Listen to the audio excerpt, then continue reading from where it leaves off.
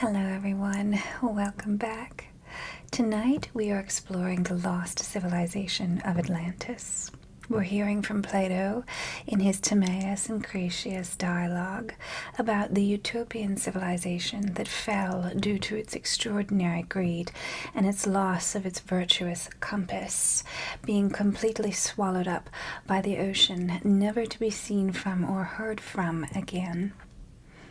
In addition to this, we're looking at how this concept of Atlantis, or of missing worlds that are swallowed up by the ocean, continued outside of classical Greece and Rome and went all the way into the medieval ages, and still even today is discussed, as some suggest that remnants of Atlantis, this mysterious world that predated Plato by 9,000 years, exists in the Bahamas beneath the sea, with these strange formations of rocks which resemble an ancient road, which some believe this ancient road is a piece of Atlantis. So there are still many who think that Atlantis existed and is a place much like Pompeii, a fabulous city that people did not think was real until it was finally discovered.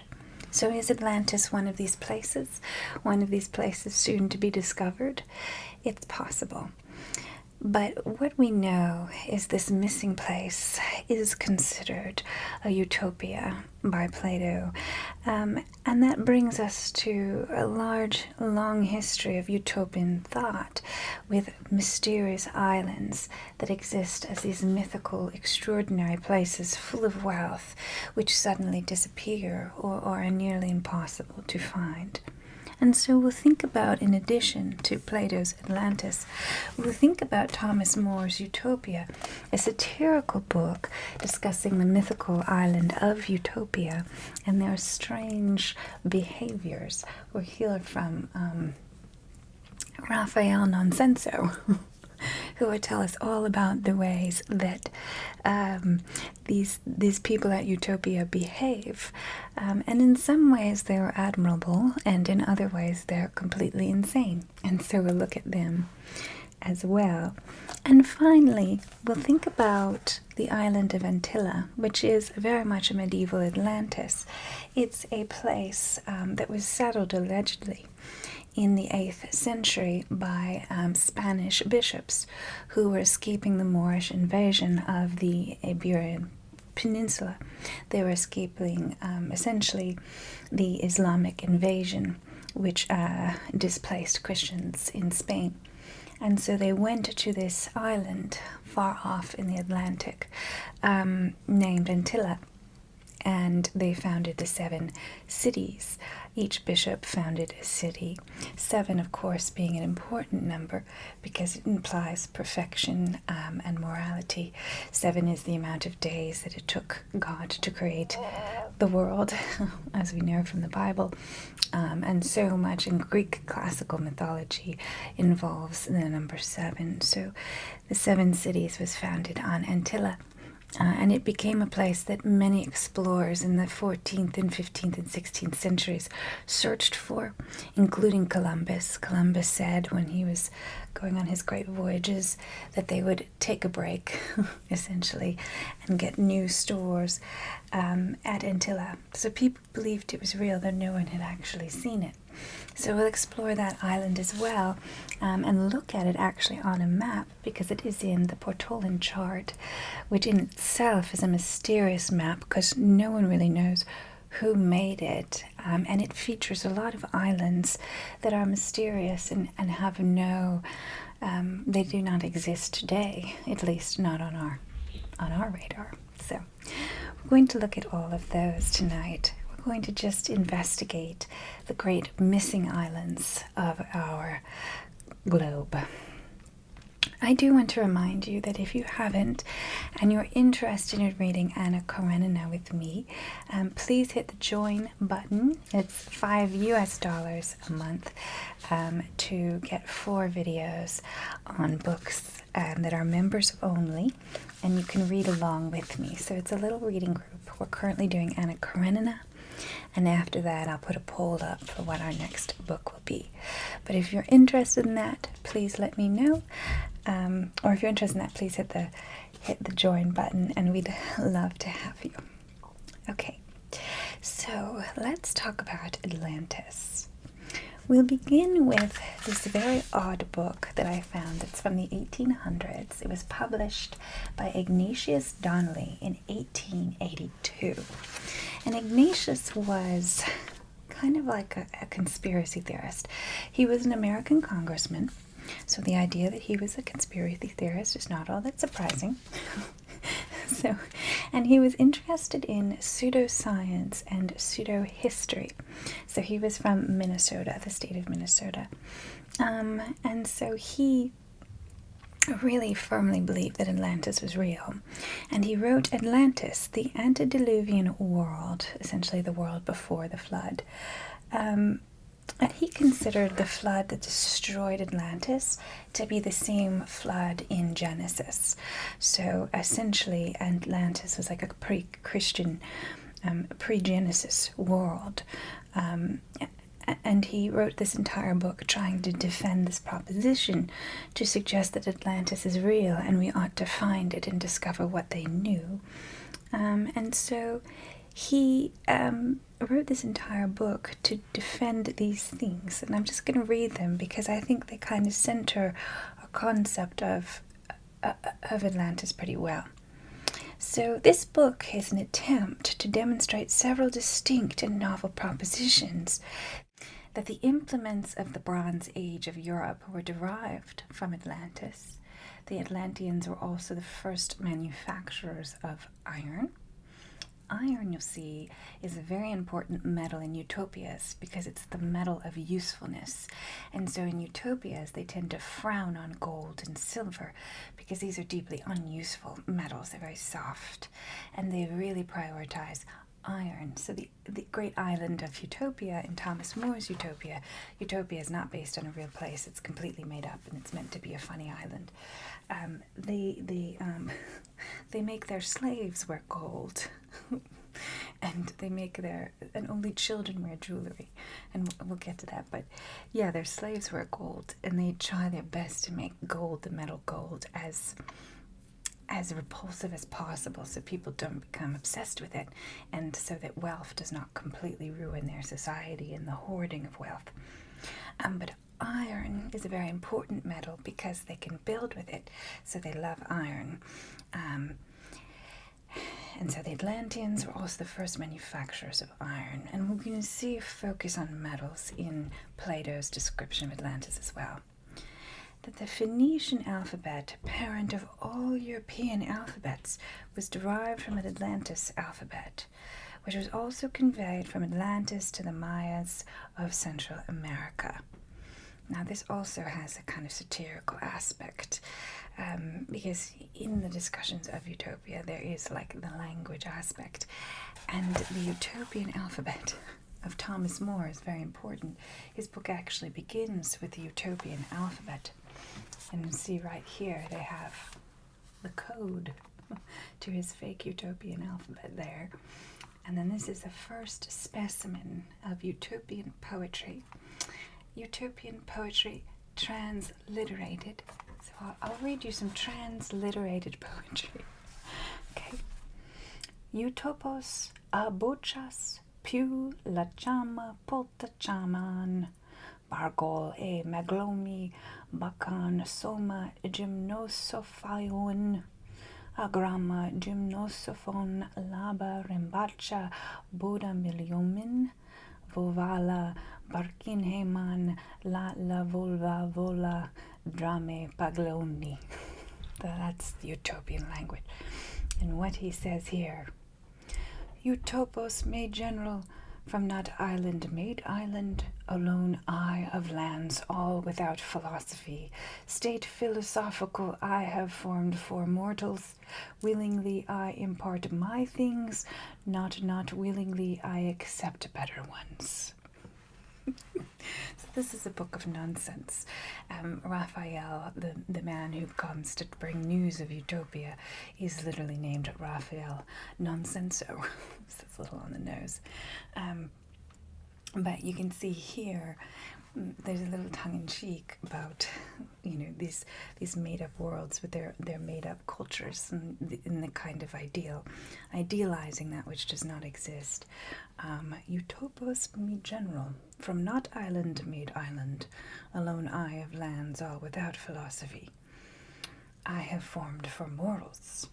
Willingly I impart my things, and not willingly I accept better ones. So that's just the Utopian alphabet, but we'll continue on with Atlantis before we get to Thomas More's Utopia.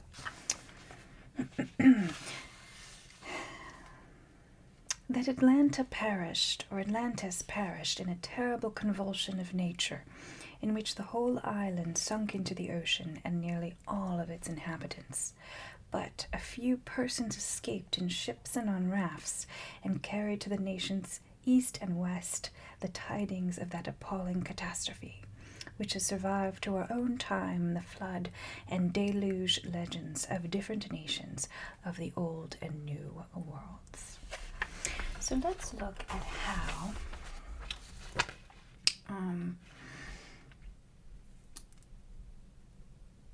Plato describes Atlantis. So we'll take ourselves to the Timaeus dialogue, Plato's history of Atlantis. Okay. Let's see. Where to start? Listen, Socrates, to a strange tale, which is, however, certainly true, as Solon, who was the wisest of the 7 sages, declared. Now, in the dialogue of Timaeus and Critias, it is Solon that brings tale of Atlantis. And Critias says, if Solon had only, like other poets, made poetry the business of his life, and had completed the tale with which he brought with him from Egypt, and had not been compelled by reason of the factions and troubles which he found stirring in this country when he came home, to attend to other matters, in my opinion he would have been as famous as Homer or Hesiod or any poet.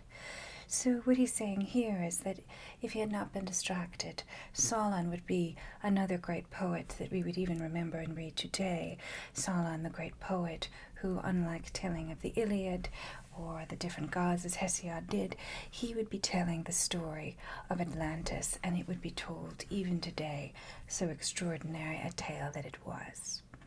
Now, Plato's story of Atlantis is unfinished. Plato died before he could finish writing it, and it ends on a bit of a cliffhanger right before we hear what happens to Atlantis. So it could be that it is a great tale that was simply never told, a tale lost to time of a civilization equally as lost to time in the geological movements of a planet that perhaps we don't understand as well as we think we do. And so Solon, as he is learning about Atlantis, before he learns of it, this man he's speaking to who would tell him of Atlantis says, "You Hellenes are but children, and there is never an old man who is a Hellen." I don't know if it's Helene or Helen. It's Hellenistic, so I think it must be Helen. But Solon, hearing this, said, "What do you mean?" "I mean to say," he replied, "that in mind you were all young. There is no old opinion handed down among you by ancient tradition, nor any science which is hoary with age. And I will tell you the reason of this. There have been, and there will be again, many destructions of mankind arising out of many causes." And then he says, "As for those genealogies of yours which you have recounted to us, Solon, they are no better than the tales of children. For in the first place, you remember only one deluge, whereas there were many of them. And in the next place, you do not know that there dwelt in your land the fairest and noblest race of men which ever lived, of whom you and your whole city are but a seed or a remnant. And so he's speaking of ancient civilizations that were completely destroyed, that we know nothing of. I think we imagine that our history is entirely filled in, even though really there are enormous gaps to what we know. And this is what Solon is saying. There is so much you don't know. Okay. This was unknown to you because for many generations the survivors of that destruction died and made no sign. For there was a time, Solon, before that great deluge of all, when the city which now is Athens was first in war, and was preeminent for the excellence of her laws, and is said to have performed the noblest deeds, and to have the fairest constitution of any of which tradition tells under the face of heaven. And so let's move on to where we are introduced to Atlantis. He's speaking to an old Athens that went up against Atlantis because Atlantis was very powerful militarily, which contributed to its downfall. Okay. Now he speaks now to the foundation of Atlantis, essentially that the gods are all given land from which to breed their people. And Athens obviously was given to Athena, and she chose the spot of earth in which she were born because she saw that the happy temperament of the seasons in that land would produce the wisest of men. So essentially she birthed Athens, and she settled that spot which was most likely to produce men like herself. And the same goes for Poseidon. Poseidon was given a land, and Poseidon, he coupled with a mortal woman named Cleitus. Well, no. What was her name? I have it written down. Clea, I think. Who's the mother of Atlantis? Cleito. Okay, Cleito. So Poseidon was given an area which is called opposite the continent which surrounded the true ocean. The sea which is within the Strait of Heracles is only a harbor. And so beyond the Strait of Heracles there is the land that Poseidon was given. So let's talk about this land now. This is Atlantis. For these histories tell of a mighty power which was aggressing wantonly against the whole of Europe and Asia, and to which your city put an end. The greatest thing that Athens did was bring an end to Atlantis, because Atlantis had become wanton, as they say, a bit deranged by wealth and the need for military exploration, which spelled the end of its empire. Okay. Now here it is. The power came forth out of the Atlantic Ocean, for in those days the Atlantic was navigable, and there was an island situated in front of the straits, which you can call the columns of Heracles. The island was larger than Libya and Asia put together, and was the way to other islands, and from the islands you might pass through the whole of the opposite continent, which surrounded the true ocean. For this sea, which is within the Straits of Heracles, is only a harbor, having a narrow entrance, but that other is a real sea, and the surrounding land must truly be called a continent. So the world of Poseidon, Atlantis, is enormous. It is the size of a continent. So when we think of Atlantis as a lost island, really it's a lost continent. Okay.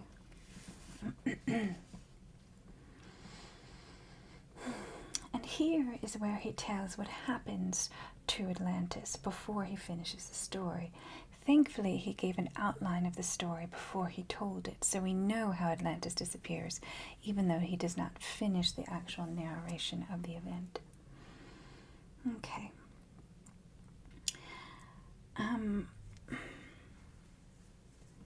So Athens, essentially, let's see. Now, in the island of Atlantis, there was a great and wonderful empire, which had rule over the whole island and several others, as well as over parts of the continent. And besides these, they subjected parts of Libya with the columns of Heracles as far as Egypt and Europe and as far as Tyrrhenia. And then Athens essentially overthrows them. And following that overthrowing, there occurred violent earthquakes and floods, and in a single day and night of rain, all your warlike men in a body sunk into the earth. So the warriors of Athens also died in these vicious volcanic eruptions. It wasn't just Atlantis. And the island of Atlantis in like manner disappeared and was sunk beneath the sea. And that is the reason why the sea in these parts is impassable and impenetrable, because there is such a quantity of shallow mud in the way. Atlantis, of course, was known for its magnificent palaces, and so I'll read of its kind of magnificent splendor, which I think is what Atlantis is really known for in our current mythology. So the palaces in the interior of the citadel were constructed in this wise. In the entire center was a holy temple dedicated to Plato and Poseidon, which remained inaccessible and was surrounded by an enclosure of gold. This was the spot in which they originally begat the race of 10 princes, and thither they annually brought the fruits of the earth in their season from all 10 portions, and performed sacrifices to each of them. Here, too, was Poseidon's own temple, of a stadium in length and half a stadium in width. And here, the pinnacles they covered with silver and gold, and the interior of the temple was of ivory, adorned everywhere with gold and silver and orichalcum. All the other parts of the walls and pillars of the floor they lined with orichalcum. In the temple they placed statues of gold. There was the god himself standing in a chariot, the charioteer of 6 winged horses, and of such size that he touched the roof of the building with his head. Around him there were 100 others riding on dolphins, and there were also in the interior of the temple other images which had been dedicated by private individuals. And so at that altar they would come and actually sacrifice a bull, and they would bleed the bull and give the blood to the altar for the sake of Poseidon in this world of Atlantis. That was the sacrifice they would give. They would catch a bull with their bare hands, without tools, with only rope as a tool, and then they would sacrifice the bull to the god Poseidon. And what else? And Atlantis also had a very beautiful plain, a mystically enormous plain where streams ran to. And so you could imagine this plain could very easily be covered in water. It was dug out beneath the grand mountains. And these mountains, Plato says, were celebrated for their number and size and beauty, in which they exceeded all that are now to be seen anywhere, having in them also many wealthy inhabited villages and rivers and lakes and meadows, supplying food enough for every animal, wild or tame, and wood of various sorts, abundant for every kind of work. Okay. And the plain was 10,000 stadia in length. It received the streams which came down from the mountains. And then Plato moves on to the question of war, and go there.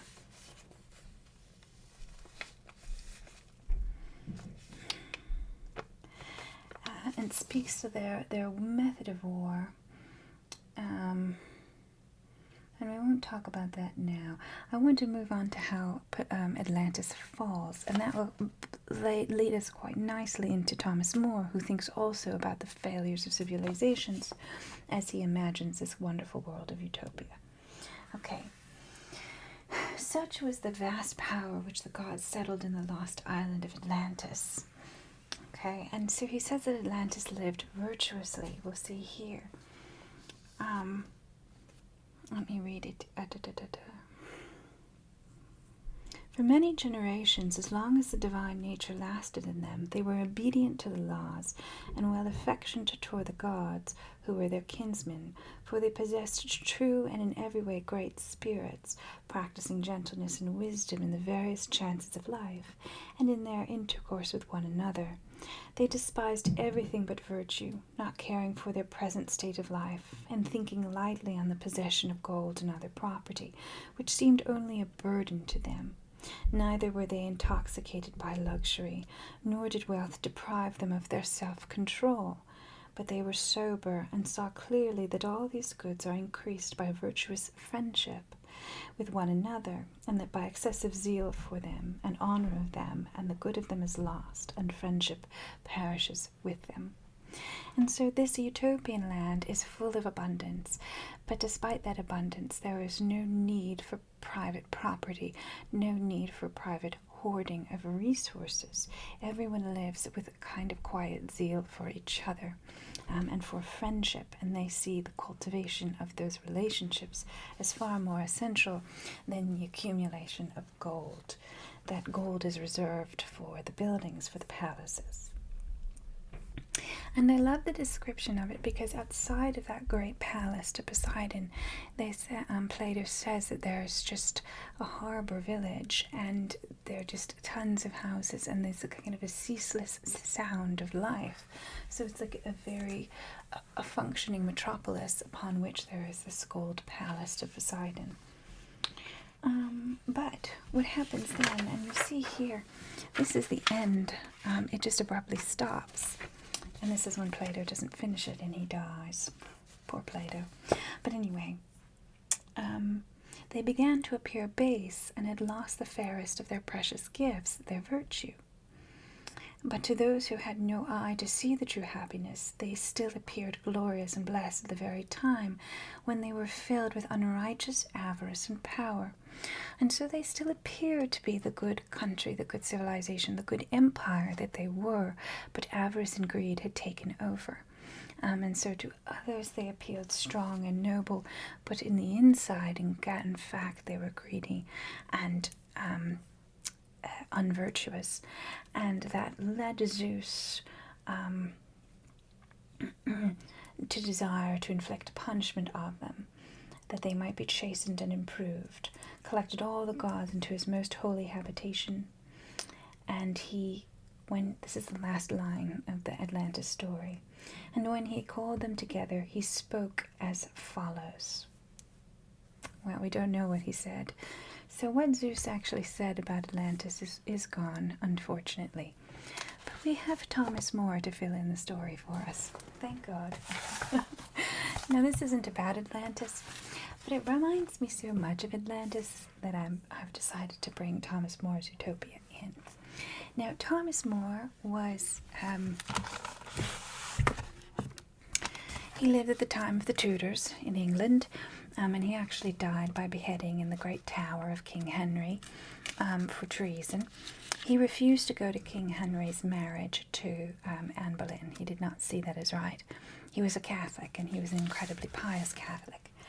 And he had some ideas that could be considered quite dangerous and very critical of kings and monarchical rule in this book. But he was very brilliant in that he was a satirist, and he used humor to avoid being taken seriously for any of the rather insulting things he said about kings. So humor is a great method of self-protection, particularly in the medieval age when this was published. I believe this was published in 1516, but I can't remember. So let's look up. Is it 1516? Will we ever know? This translation was 1965, but... yes, finished, yes. 1516 it was published. He finished it in London in 1516, so...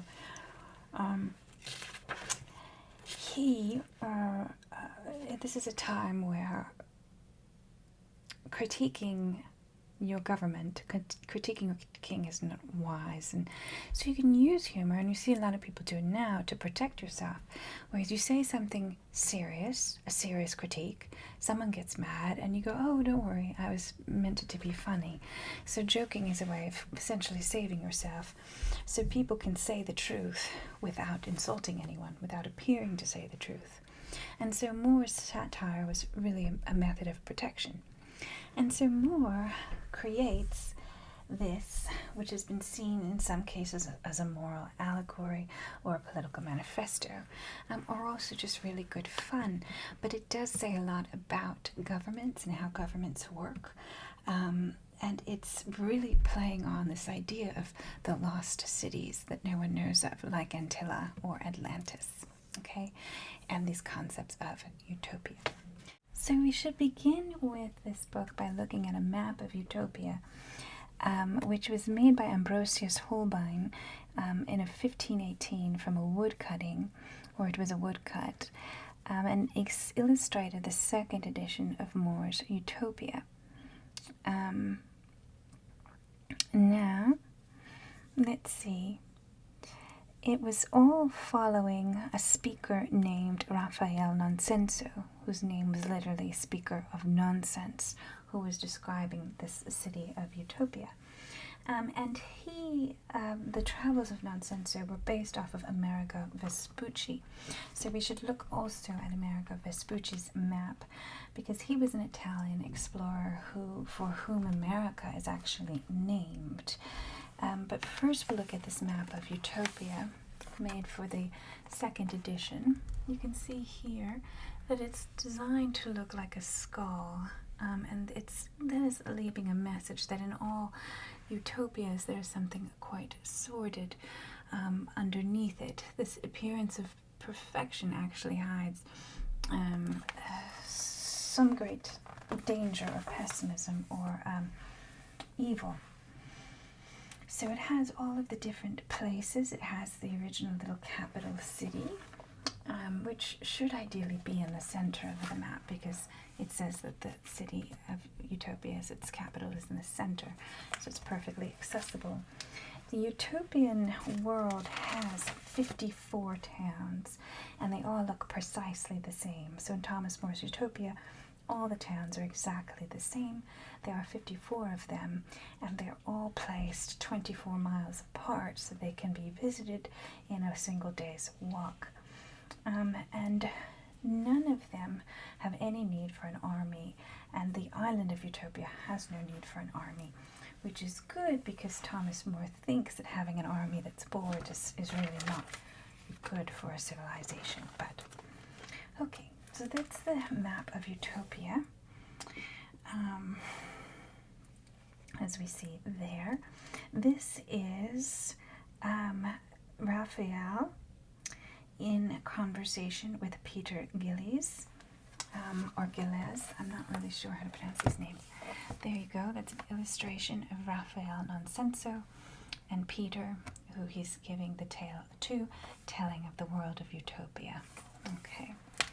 Well, that's that. But Amerigo Vespucci, let's look at him. He is, of course, Florentine. All of the Italians were very important. The Protolan map, or Protolan chart, is also made by an Italian explorer, so they were very important. But this is the first map of America made based off of Amerigo Vespucci's exploration. And this is made by Martin Waldesmuller, and it's the probably the most expensive map there is out there, called America's Birth Certificate. So you'll see here, the reason I'm talking about this is because Amerigo Vespucci's trip actually began the story of Utopia and begins it. Raphael Nonsenso is essentially one of Amerigo Vespucci's explorers, and he asked to be one of the 24 that's left on an island, and he is to make a kind of fort there. So Amerigo Vespucci actually left 24 people on this island, and he was one of those people. And so in his exploring, he then shares what happens after he's left by America. So that's why this is important. But here we have it. This is the original map of the world, and America is right here. They didn't really get the whole thing. Some lost islands. Some people believe that we weren't actually finding lost islands, these explorers, but they were finding the mainland of the American continent and thought they were islands, not the American continent itself. So as you can see here, it's shown as a very, very slim continent. It doesn't appear very large. And so this is what America first looked like to map makers. The first map of America, right here. This was made in... When was this? I'm not really sure. Why doesn't it say? 1507. So this was made right before Thomas More published Utopia. So this is probably something, it was absolutely something that was in his mind, this kind of discovery. So I can see if I can show you a little bit closer up. The North America and Pacific coast is right here. That's North America. You can see it right there. Okay, good. So let's talk about Thomas More's Utopia. Let me see here. This. Alright, so I have all these notes. I'll just kind of finish off with Thomas More. Let's see. And I really tried to pick out some things that I just thought were plain funny.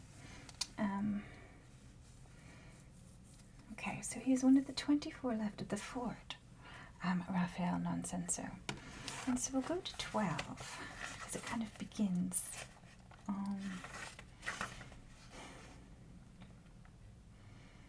Or should I read this? Maybe I should read this because it does mention Plato, so it might be important. This is Lines on the Island of Utopia by the Poet Laureate, Mr. Windbag Nonsenso's sister's son. So, Thomas More, pretty silly. Let me just say that again in case you didn't catch it. Lines on the Island of Utopia by the Poet Laureate, Mr. Windbag Nonsenso's sister's son. No Placia was once my name. That is, a place where no one goes. Plato's Republic now I claim to match or beat at its own game. For that was just a myth in prose, but what he wrote of, I became. Of men, wealth, laws, and a solid frame, a place where every wise man goes. Good Placia is now my name. So that's how it begins this book. And I don't know if he was speaking about Atlantis necessarily, or Plato's ruminations on the perfect society. He did think about perfect societies and imagined a perfect society. And so he might be saying, I'm kind of built something real. Or he could have been talking about the lost island of Atlantis, that perfect society as well. But Placia. No Placia was once my name. I was no place, but now I have built it, and Utopia is now a place. Okay, so I'll go to page 12. It's kind of framed in letters. Gill's letter to Boesleiden. Okay, so.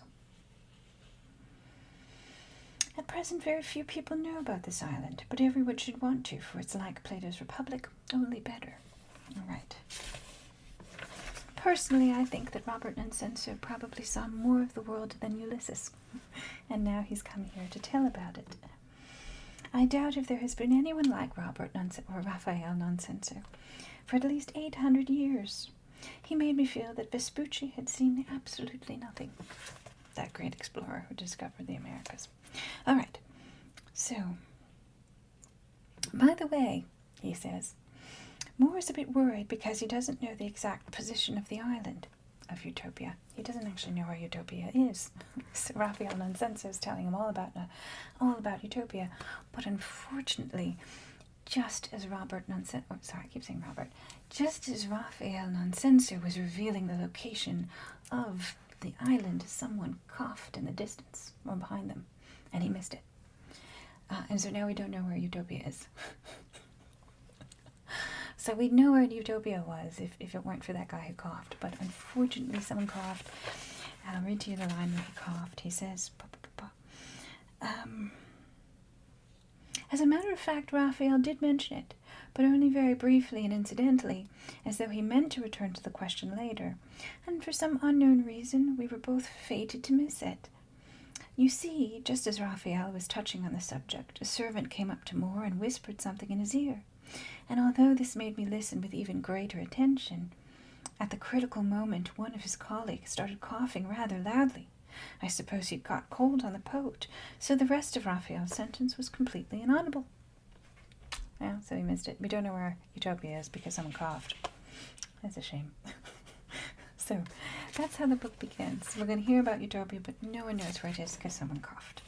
Now he says here a quote that I really like, as it's talking about how rare it is in literature that we see depictions of the good things. We usually just see the bad things. So this is what Thomas More writes. We did not ask him if he had seen any of the monsters, for monsters have ceased to be news. There is never any shortage of horrible creatures who prey on human beings, snatch away their food, or devour whole populations. But examples of wise social planning are not easy to find. So we really want to hear about the wise social planning on Utopia. Okay. And the book begins with Raphael explaining all of the horrific things about Tudor England that he sees and the problems of kings. And so this is what he writes. He says, most kings are more interested in the science of war, which I don't know anything about and don't want to, than in useful peacetime techniques. They're far more anxious, by book or by crook, to acquire new kingdoms than to govern their existing ones properly. Now this means, of course, that the kingdom of Utopia will not be interested in gathering new lands, because the Utopians understand that for every new land you acquire, you must now cultivate, and they really don't want to cultivate any more than they need to. They have enough surplus, they don't need any more. So, he goes on to say, that it's only the less intelligent leaders that we cling on to like grim death. And so let's see. Let's see now. Where do we go from there?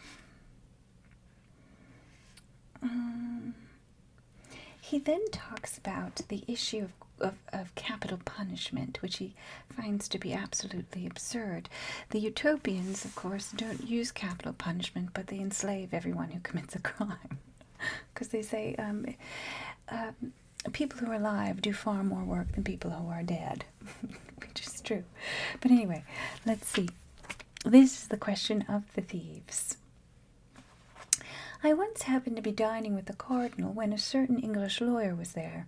I forgot how the subject came up, but he was speaking with great enthusiasm about the stern measures that were to be taken against thieves. We're hanging them all over the place, he said. I've seen nearly 20 on single gallows, and that's what I find so odd. Considering how few of them get away with it, why are we still plagued with so many robbers? What's odd about it? I asked. This is Raphael Nonsenso, for I never hesitated to speak freely in front of the cardinal. This method of dealing with thieves is both unjust and socially undesirable. As a punishment, it's too severe, and as a deterrent, it's quite ineffective. Petty larceny isn't bad enough to deserve the death penalty, and no penalty on earth will stop people from stealing if it's their only way of getting food. In this respect, you English, like most other nations, remind me of incompetent schoolmasters who prefer caning their pupils to teaching them. Instead of inflicting these horrible punishments, it would be far more to the point to provide everyone with some means of livelihood, so that nobody's under the frightening necessity of becoming first a thief and then a corpse. And so he's offering at this time, well, if you have a thief problem, it's probably that you have a poverty problem. And it's interesting because in this book, I wrote it down here, it really does feel like the question of Utopia is not a question of perfect institutions. but rather, let's see if I can find where I wrote it down. But rather, that a utopia requires a change in the human spirit, right? So the institutions can be perfect, but if the people who belong to them are not, the institutions will crumble. So these things will never be perfect, he writes, unless human beings are perfect.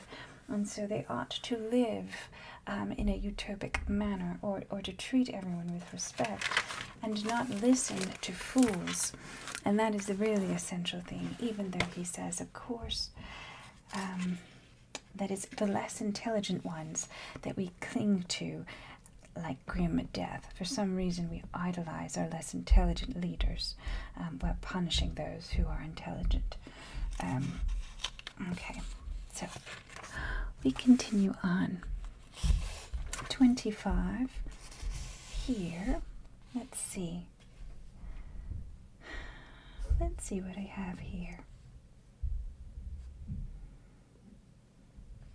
This is about the nobility, right?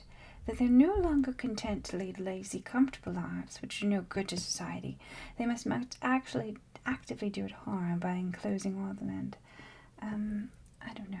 I'm kind of overwhelmed by how much is in this book that I want to get out, but I want to get it out in a way that's useful. This is where he's talking about how nobility just slurps up land or grabs land as quickly as possible. He says every greedy individual plays on his native land like a malignant growth, absorbing field after field and enclosing thousands of acres within a single fence. The result, hundreds of farmers are evicted. They're either cheated or bullied into giving up their property, or systematically ill-treated until they're forced to sell. And so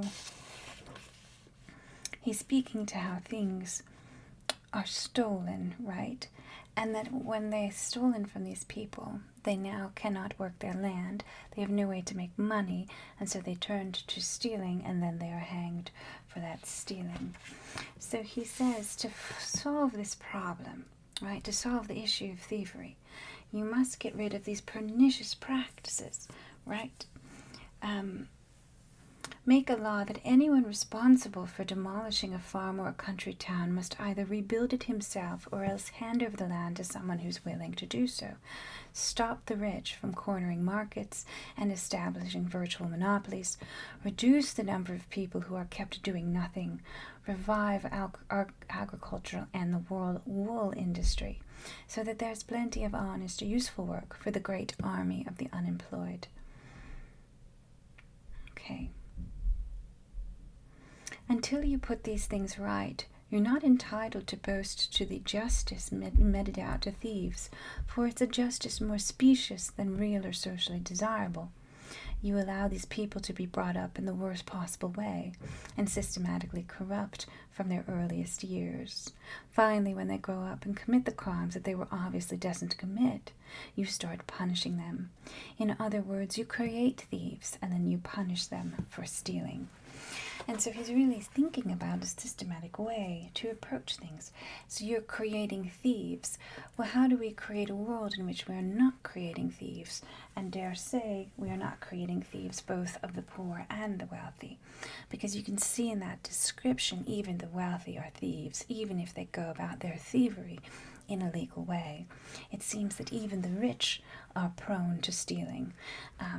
Just as the poor are also prone to stealing in this kind of world in which they have raised these sorts of people.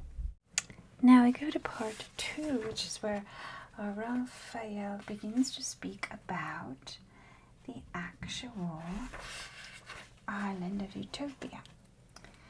Okay, and so let's hear what this island actually looks like. So let me take us to part 2 in my notebook. We're going to read a description of the island first, and then we'll hear about what they think about things. So page 49 is the island. Okay. All right. Here it is. The island is broadest in the middle, where it measures about 200 miles across.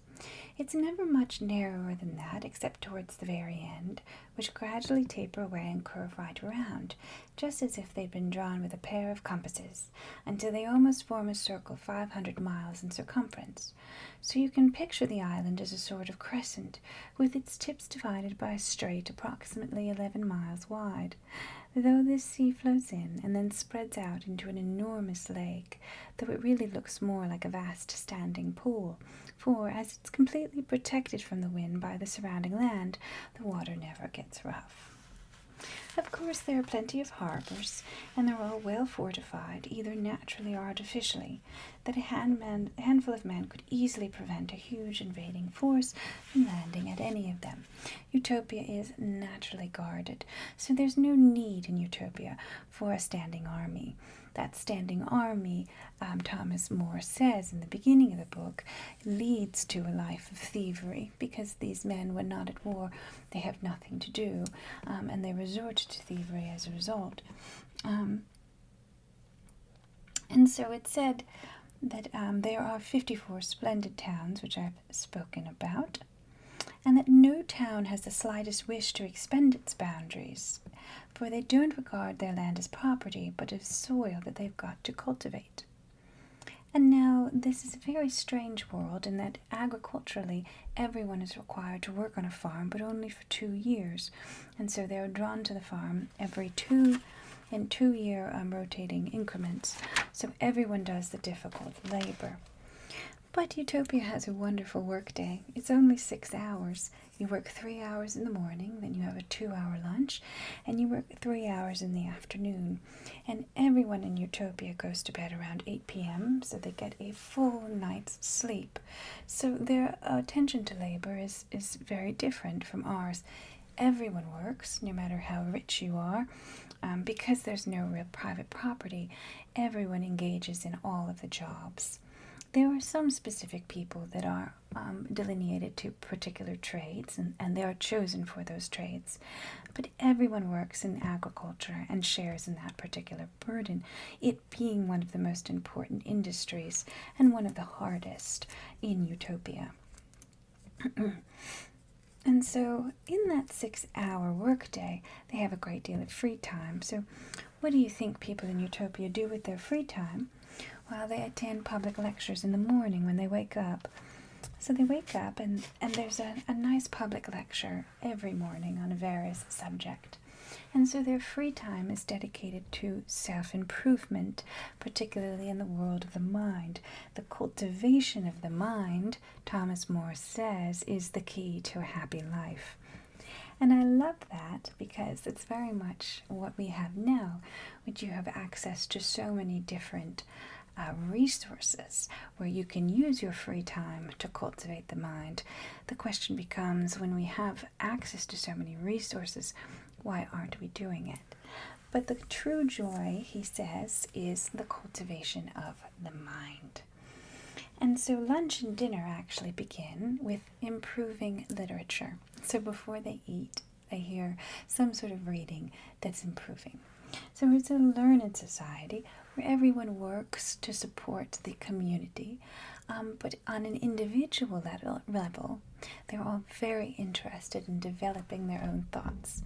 And so work is very different than life here. It says you work to live, you don't live to work, which is very different than I think how the United States is, where we really consider everything around work, and our identity is our work. It's not what we do in our free time that's our identity, really. And so our free time becomes a bit stupid in some ways. We do kind of silly things during our free time that aren't particularly generative to the cultivation of our minds, which might lead us to be a bit sad.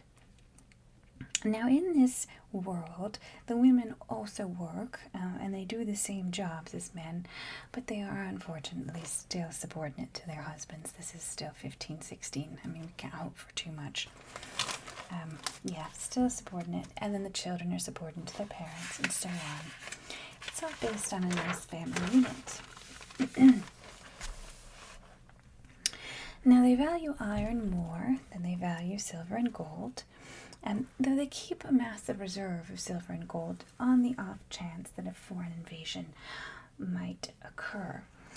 But they understand how silver and gold has the ability to corrupt, just as we think, corrupted Atlantis and led Zeus to feel that he needed to punish them. And so they do everything they can do to bring these metals in to contempt. And so I'm going to read from 67 because this really gets to how strange they are. So let's go to 67. They do everything they can to just completely diminish gold and silver. Which means that they would never be upset if the gold and silver needed to disappear.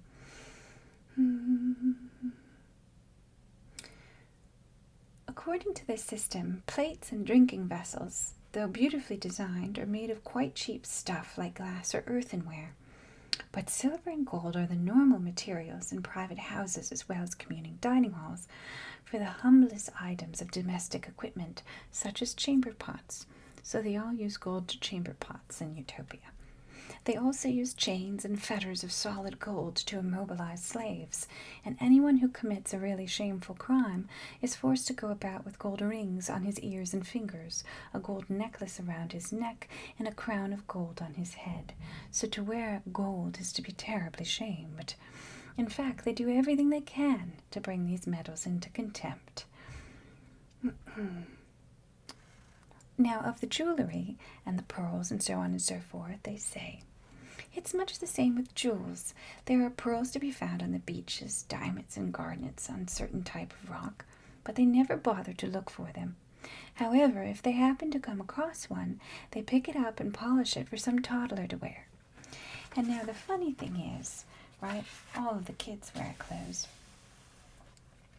When they had some foreign emissaries come to visit Utopia, of course the foreign emissaries wanted to impress them.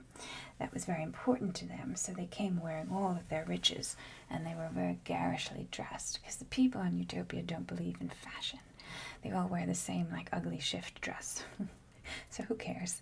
And the odd thing about Utopia is when you're picking your wife or your husband, they stand naked in front of each other, and they're allowed to kind of to determine if they want that naked person. So before marriage, they are allowed to look at oneself or look at each other without the wrapper. And Thomas More says that this is very important because you wouldn't buy a house without going in it, now would you? Now when you're buying a person or you're choosing the person for your life, you really ought to look inside that. So they all get naked and look at each other before they get married in Utopia. Okay, so when the legation arrived, it consisted of only 3 men. These are the men visiting Utopia. But these were escorted by 100 retainers, all wearing multicolored clothes, mostly made of silk, which was reviled, of course, in Utopia. As for the great men themselves, for they were great men in their own country, they wore cloth of gold, with great gold chains round their necks, gold earrings dangling from their ears, and gold rings on their fingers. Their very hats were festooned with glittering ropes of pearls and other jewels. In fact, they were fully equipped with all the things used in Utopia for punishing slaves, humiliating criminals, or amusing small children. Now, I should say Utopia has a lot of slaves. And this is a common, feature of Utopia is that, to have a Utopia, you have to have an unpaid labor force. So you have a lot of slaves, but these slaves are terrible criminals, so they're punished into slavery, which is seen as great kindness because they could kill them, so they're actually giving them a chance to live. Anyway. And so you should have seen the faces of the older children who'd grown out of things like pearls and jewels when they saw ones on the envoys' hats. They kept nudging their mothers and whispering, "I say, mother, just look at that great baby. Fancy wearing jewelry at his age." And so, finally, and another one says, "I don't think that's much of a chain," someone would say. "It's so thin the slave could easily break it. Besides, it's far too loose. He could wriggle out of it any time he liked and run off scot-free." So, this is how they're looking at the emissary is very confused because they come dressed like slaves, essentially, to Utopia, trying to show how powerful they are.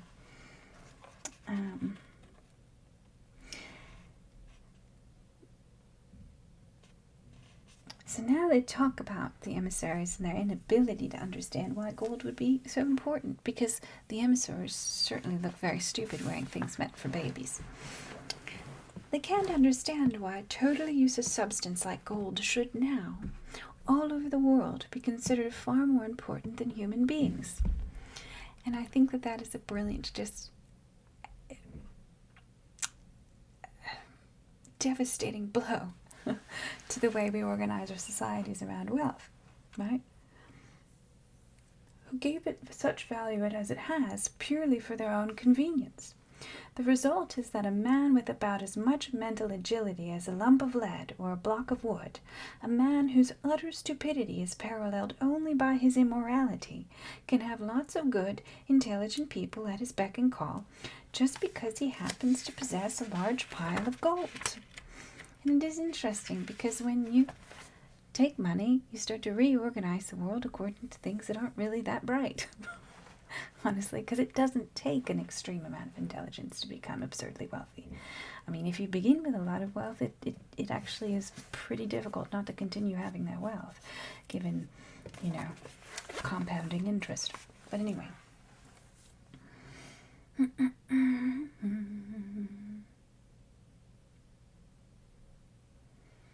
And if by some freak of fortune or trick of the law, two equally effective methods of turning things upside down, the said coins were suddenly transferred to the most worthless member of his domestic staff, you'd soon seen the present owner trotting after his money, like an extra piece of currency, and becoming his own servant's servant. But what puzzles and disgusts the Utopians even more is the idiotic way some people have of practically worshipping the rich man, not because they owe him money or are otherwise in his power, but simply because he's rich, although they know perfectly well that he's far too mean to let a single penny come their way, so long as he's alive to stop it. And that's what money does. It makes those who are poor worship the wealthy man on the possibility that they might too one day become wealthy, even though they know deep inside that that man is wealthy because he never let go of a penny. And so why on earth would he start now? So that's what we see there about these wealthy societies where all of the wealth is kept at the very, very top. Well, it leads to a society of thieves. Okay, so my favorite part of Thomas More's book, though, is this kind of thinking on happiness, because Utopia is a happy, perfect society, which means that people in that society must be happy. And to create a real utopia and to say that a utopia is possible and that it doesn't turn into that horrible skull map that we saw that was published in the version, a highly satirical map in itself, is what pleasure actually is and what happiness actually is. And he goes on a long kind of diatribe about happiness and pleasure that is true and pleasure that is untrue, but becomes pleasurable through the illusion of happiness. And so we'll talk about that now because I love it. So he says there are two types of pleasure. There's physical pleasure and mental pleasure. Mental pleasure is what you get from understanding something. So when you understand something, whether it be a mathematical concept or you've done something in your research. I'm just going to put my hair back. I'm getting tired of my hair. When you understand something, or you've done research, or you understand a person, right? You come to know a person better than you've ever known them. That's a particular type of happiness. And then there's also the type of happiness that comes from remembering a life well lived and expecting more good things to come. So reflecting on the past and imagining the future is another form of mental pleasure. So if you spend a life building up good memories, then that is a form of happiness. And it's also important to go through those mental pleasures and to ensure that you're constantly learning and trying things and attempting to understand, because that gives you another form of pleasure. So if you're unhappy now, really the best thing to do for yourself is to get yourself some sort of new thing to conquer. And it ought to be something that involves the monopolization of the senses, which is another thing that he says of happiness, which comes under the physical happiness. Now, the monopolization of the senses is when all of your focus, your entire central being is focused on a single thing. And that's that focus that breeds enjoyment and pleasure. It's a lack of focus that brings unhappiness. When you can't focus on something, that's where unhappiness comes from. And so the monopolization of the senses is considered really a physical happiness, and music is one of those things. Love is one of those things, right? To touch another human being monopolizes the senses and turns all of one's attention towards that person. And so happiness is a question of focus. And so it makes sense that now, as a society, we're so deeply unfocused. And as we become unfocused, we become sadder and we become more anxious. So what Thomas More is saying that a utopian civilization is a world that allows people to focus. And that's simple. You're not worrying about starving. You're not worrying about your children and what will become of them. You're not worried about violence. None of those things. You can focus on music. You can focus on the people you love. You can focus on books. You can focus on larger questions of the universe or of God or I don't know, what makes flowers grow. You can focus on those things. You can monopolize your senses to the great world that exists there for your pleasure. And so he thinks of all of these pleasures as being natural gifts from Mother Nature. And if they're gifts, we ought to enjoy them. So again, happiness in this book is focus, primarily. It is focus. Can you focus on something? And that is important. But now there are, of course, illusory happiness, illusory joys, which appear like they're bringing you happiness, but they're actually not. And these are often compulsory. So you can think about gambling. These are the types of happiness that bring other people misery or bring you misery. So gambling is one form. But the one he uses most to depict some kind of happiness that is illusory in nature is actually hunting, because he considers it a kind of pastime in which enjoyment is taken from the suffering of something. And the happiness that comes from believing yourself better than something else, that is illusory. When you love fashion, you can love fashion and art, right? But if you love fashion that is designer or something just to show others that you are better than they, that is an illusory happiness. It will bring you no joy. It is one thing to create an outfit to express yourself, your individuality. It is quite another thing to choose an outfit that will show the world that you are richer than they are. That's an illusory joy. The other would be the monopolization of the senses to the expression of something. And then hunting, of course, is the murdering of something for nothing, or reason. So I want to read what he says, because he says it with so much gusto that I couldn't possibly emulate. Okay. According to them, we're impelled by reason as well as instinct to enjoy ourselves in any natural way which doesn't hurt other people, interfere with the greater pleasures or cause unpleasant after effects.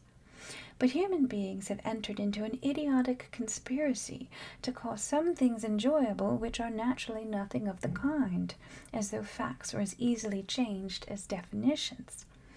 And I do wonder, it seems that some people in our world do generally get enjoyment, a sadistic pleasure, out of the pain of other people. And so he's saying here that this is not true joy, and it will not make a happy society, nor a happy person. Now the Utopians believe that, so far from contributing to happiness, this type of thing makes happiness impossible, because once you get used to it, you lose all capacity for real pleasure, and are merely obsessed by illusory forms of it. Very often these have nothing pleasant about them at all. In fact, most of them are thoroughly disagreeable. But they appeal so strongly to perverted taste that they come to be reckoned not only among the major pleasures of life, but among the chief reasons for living. So if you begin to see people only in the terms of power and wealth, can you ever truly love? You think that, to be powerful over someone is the true pleasure, and you will never experience what the real pleasure is, which is to understand someone and to feel them as another human being who is equal to you and is a part of you. And so that's kind of what he's saying. In the category of illusory pleasure addicts, they include the kind of person I mentioned before, who thinks himself better than the other people because he's better dressed than they are. Right? What real pleasure can you get out of the sight of a bared head or a bent knee? So what pleasure can you get from worship, from a person placating themselves in front of you? There's no true pleasure that you get from that. That's an illusory pleasure, right? Now, what about those people who accumulate superfluous wealth for no better purpose than to enjoy looking at it? Is their pleasure a real one, or merely a form of delusion? The opposite type of psychopath buries his gold so that he'll never be able to use it and may never even see it again. In fact, he deliberately loses it in his anxiety not to lose it. For what can you call it but lost when it's put back into the earth, where it's no good to him or probably anyone else? So there are two types of hoarders, right? And they've confused in their minds that wealth is about accumulation and that happiness is about accumulation. And we see that in our own society now. These people of extreme wealth that are hoarding their money, right? And they aren't allowing it to be given back, whether in salaries to the people who work for these companies, or to governments in the form of tax revenue, so they can be distributed to people. Right? This kind of maniacal method of making money disappear, because it's essentially what they're doing. They're taking it out, they're hoarding it, they're burying it in the ground. And so he says that this is a completely delusional person who hoards this money and essentially makes it non-viable for the purpose of never losing it. So he loses it in order to keep it, which doesn't make any sense. Money is perhaps meant to do things in the world. That's what money is for. And if you hold on to it, you keep it from doing things in the world. But most importantly, money is meant to do things in the world for other people, not yourself. And that's what he's saying here. Okay.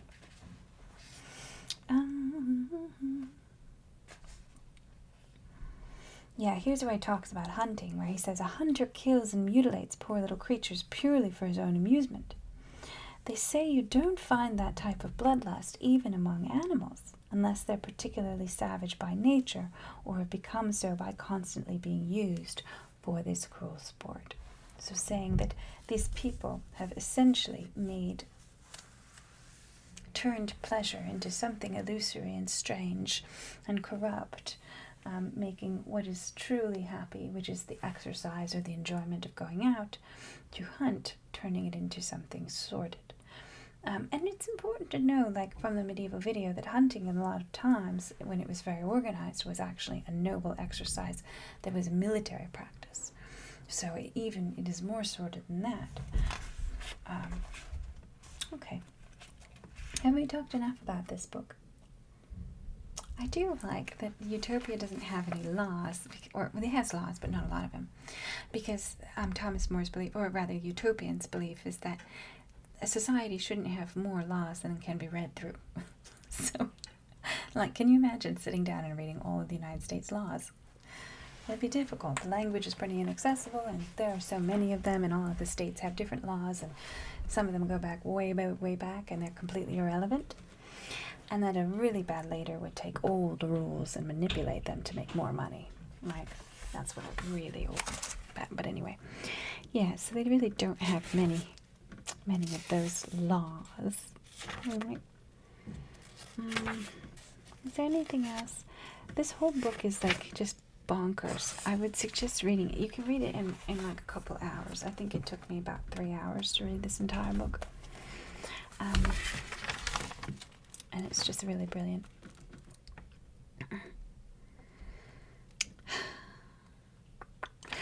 Yeah, but let's move on to Antilia. That's our final island today, and we're going to look at a map.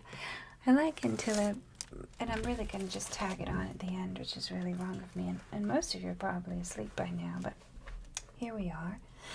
Antilia was an island that was on the Portolan chart. So let me take it out. We're going to look at this book again. One day I'm going to do a video where we just look at this book, and I'm not even going to be in it. It's just going to be the book because it's a brilliant book, but not yet.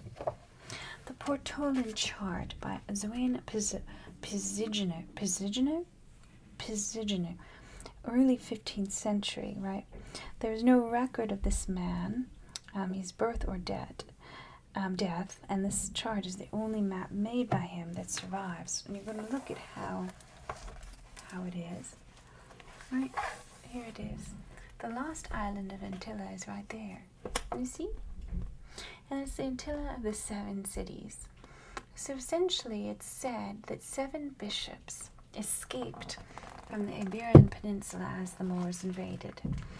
And they established this kind of Christian utopia on Antilia. And many people searched for it, and there were several voyages, countless voyages through the 15th and 16th centuries looking for the lost island of Antilia. But this is the Portolan chart.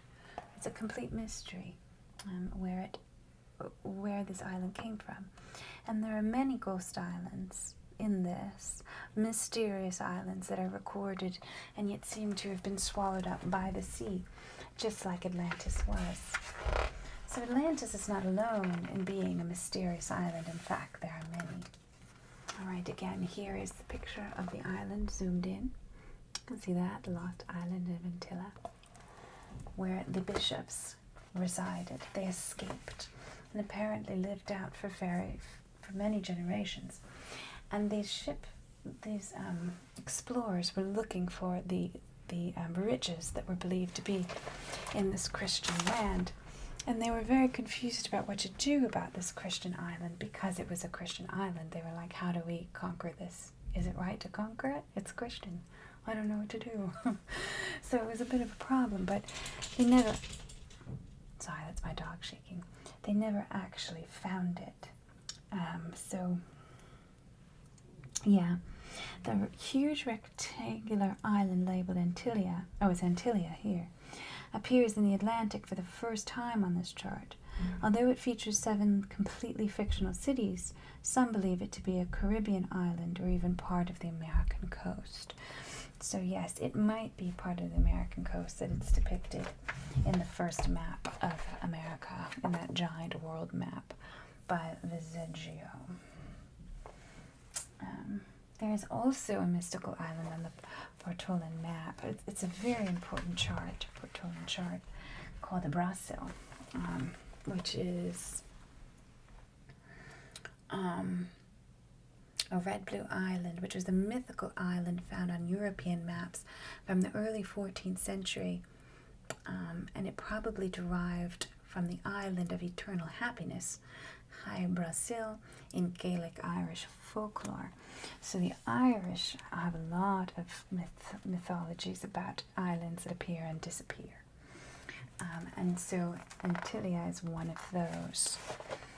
Let's see if I have anything else written down to talk to you about tonight, or if we've really gotten through it.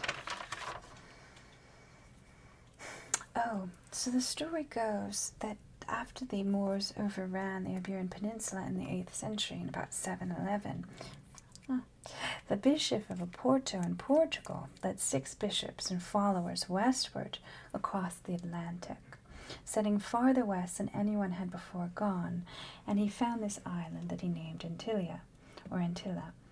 He then burned the ships so that no one could return and tell of their refuge. So there's that amazing image of a man burning the ships, all of the ships which they took to save themselves from the Islamic invasion. And each bishop received a portion of these 7 islands. It sounds a lot like Utopia, where the 54, is it Utopia? No, it sounds a lot like Atlantis, where the 10 children of Poseidon and Crito, they receive portions of the Empire of Atlantis, so it sounds a lot like that. But they each received a portion. And soon there were 7 flourishing Christian cities prospering for generations to follow. It's like a Christian utopia. Okay. So that is our kind of rumination on utopias and also missing islands, the great island of Atlantis, which may or may not be somewhere under the Bahamas, and the legendary Christian utopia of Antilia, and also the Thomas More's very false, very satirical depiction of the island of Utopia and the people of Utopia. So I hope you enjoyed this video. Again, if you're interested in joining the membership and reading Anna Karenina with us, I have a really good video planned on like Alexander II coming on that membership option. So look for that. And it's been lovely talking to you all. I hope you have a wonderful night.